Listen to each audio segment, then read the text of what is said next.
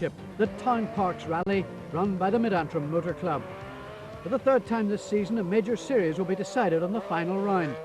Two contenders, Garth McCartney and Stephen Mahwiney, with Garth the firm favourite. We'll do the first 4 stages and see what sort of paces run about the top 10, and then we'll have to decide what plan to take. We're in a nice position where we can finish in the top 7, but we have to finish, so there's no chances to be taken today.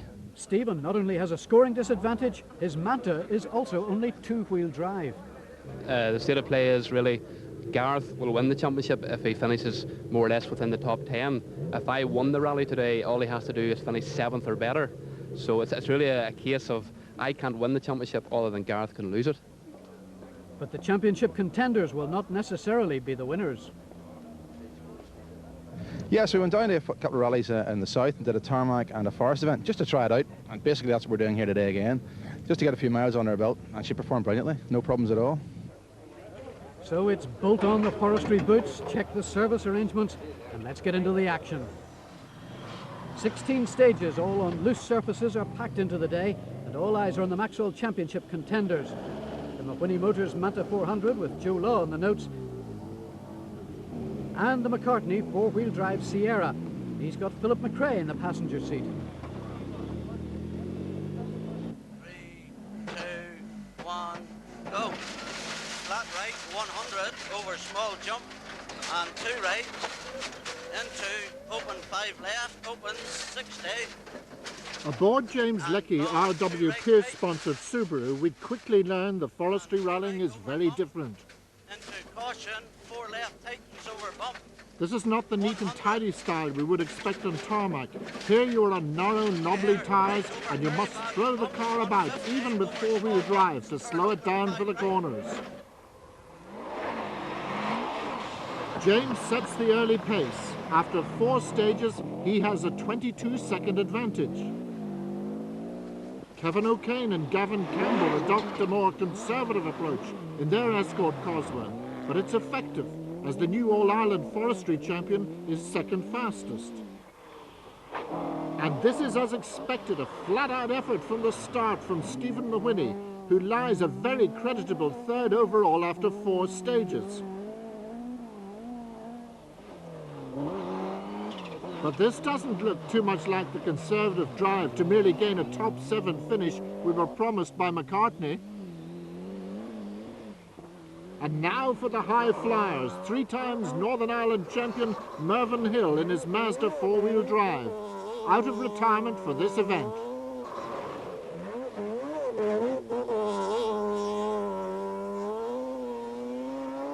Sean Havron, always an entertainer in his Mark II Escort.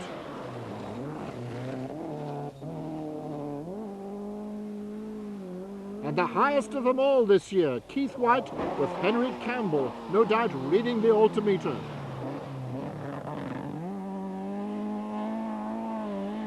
High, but not quite the highest. Just wait for this one.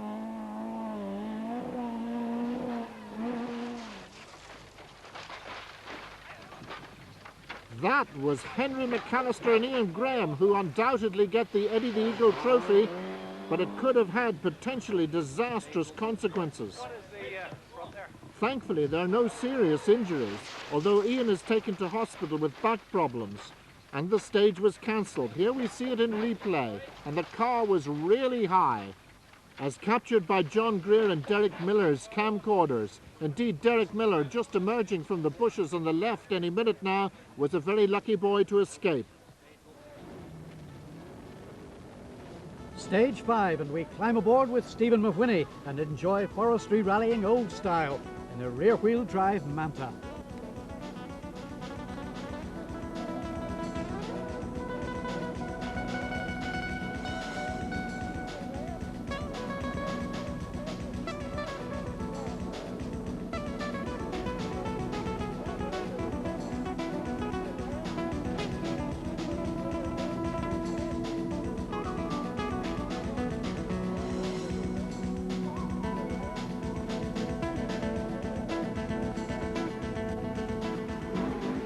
Mahwiney is magic, and with driving like this, he's not only keeping the pressure on McCartney, He's also lying second overall. Lecky, though, is in a class of his own. He's now 29 seconds ahead of the field, although he did have a big moment in Glenarm.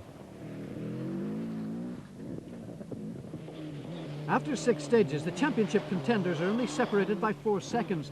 Things are looking good for Gareth as he enjoys his run along the Antrim coast in the glorious sunshine. Andy McGee, with Michael Johnson in the notes, is having a fabulous run, leading much more modern machinery as he tails the Escort over the treacherous surfaces in 5th place.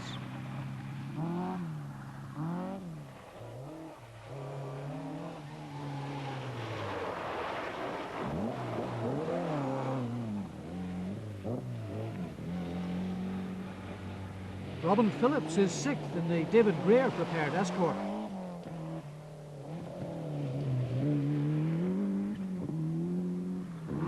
Mervyn Hill, back from temporary retirement, has lost none of that old flair, but sadly he'll retire the Mazda with a Hold radiator. Norman Elliott and Ivan Fisher lie 8th in the 4-wheel drive Sierra.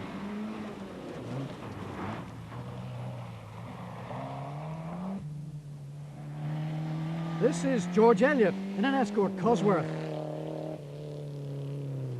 He's about to become the first victim of a very tricky right-hander. Fortunately, no damage done. The only problem is trying to get out of it again.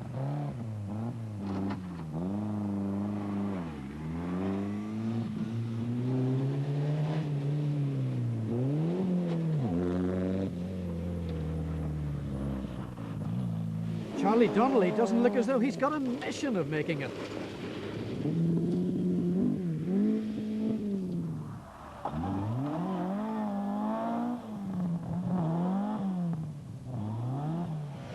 Sean Haveron's had a spin on stage 3. He feels the engine isn't giving the power that it should. But as always, the Larne driver is on maximum attack.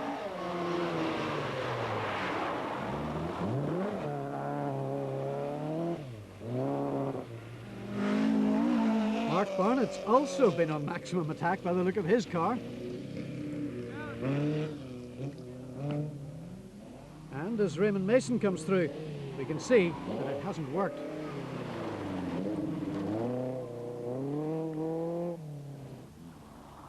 Sam Quinn just gets away with it.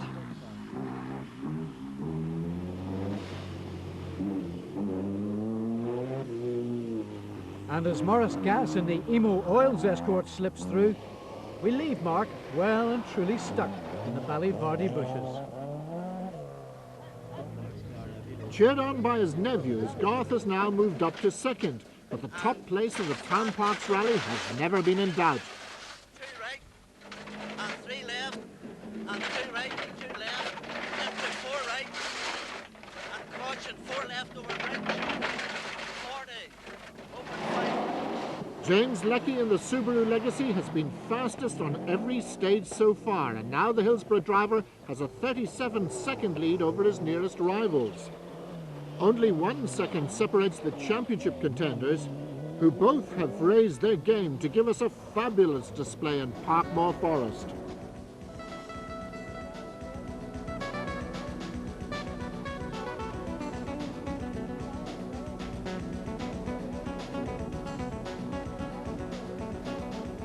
Stephen Mahwiney will just not give up. He actually sets fastest time on stage 10. It's the drive of his life, and so near the edge it's not true.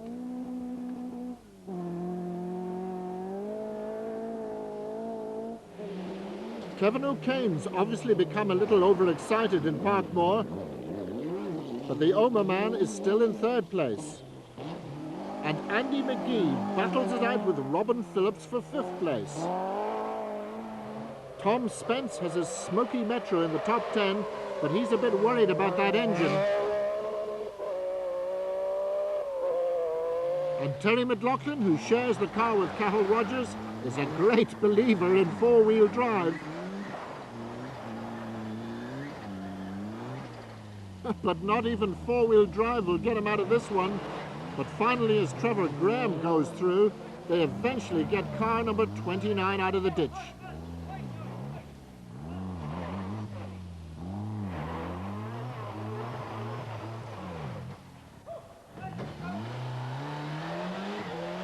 And after a long delay, Trevor is on his way in the Townparks Rally. But the drama is far from over. On stage 11, Gareth McCartney comes through with a front drive shaft broken. They'll change it on the road section between here and Glenarm. It's a fatal, if necessary, decision. Suddenly, the 1994 Maxwell Championship is no longer a foregone conclusion. And so, as we head into the autumn evening, we pick up the top 10. Tom Spence and Paddy Toner in the smoking Metro 6R4. Ninth, a very hard-trying Tom Graham and Brian Hanna in the Celica.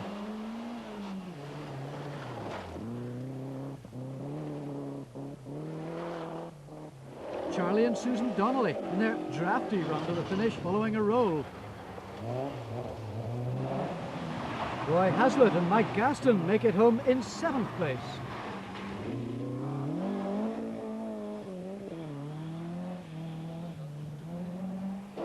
Sean Haveron and Vincent Fergus overcome earlier problems to take 6th.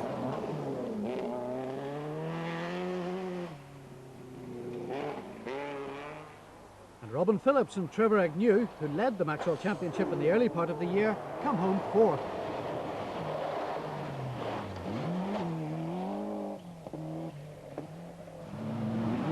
The new Irish champion Kevin O'Kane and Gavin Campbell finish in 3rd place after a fairly undramatic day.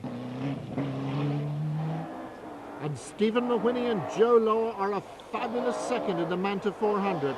Really, they couldn't have been expected to do any more. But the big question is, have they done enough to take the championship?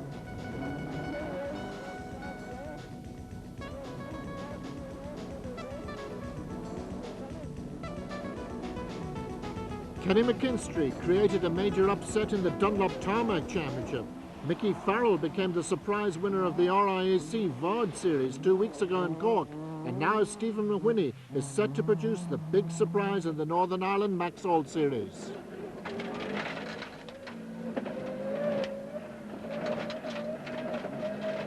But the day goes to James Leckie and George Miller, who again win the Townparks Rally.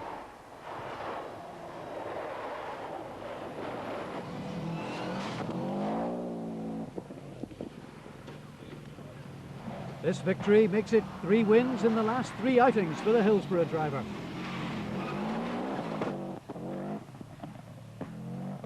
Now the question is, will he climb to greater heights in 1995? But at the finish, poor Garth was still confused. Well, we're not just totally sure of the situation just yet. We've come in here in darkness, and we have to just speak to other drivers and organisers and see what the score is. The end result was a sad exclusion for the young lineman who just ran out of time while changing the broken differential. But he'll overcome this great disappointment to fight future battles. So James Leckie pops the champagne cork. So there's the result. Leckie on top, Mahoney that fabulous 2nd, Kevin O'Kane 3rd, and a brilliant drive by Andy McGee in 4th place. But for Stephen, it's been a remarkable day. Well, there's a lot of hard work put into it, obviously, by myself, by Joe, my navigator, by a lot of the guys who give us a hand. We're only a very small, unprofessional team, and we do try our very best. It's fabulous just the way it has worked out. It couldn't obviously worked out any better.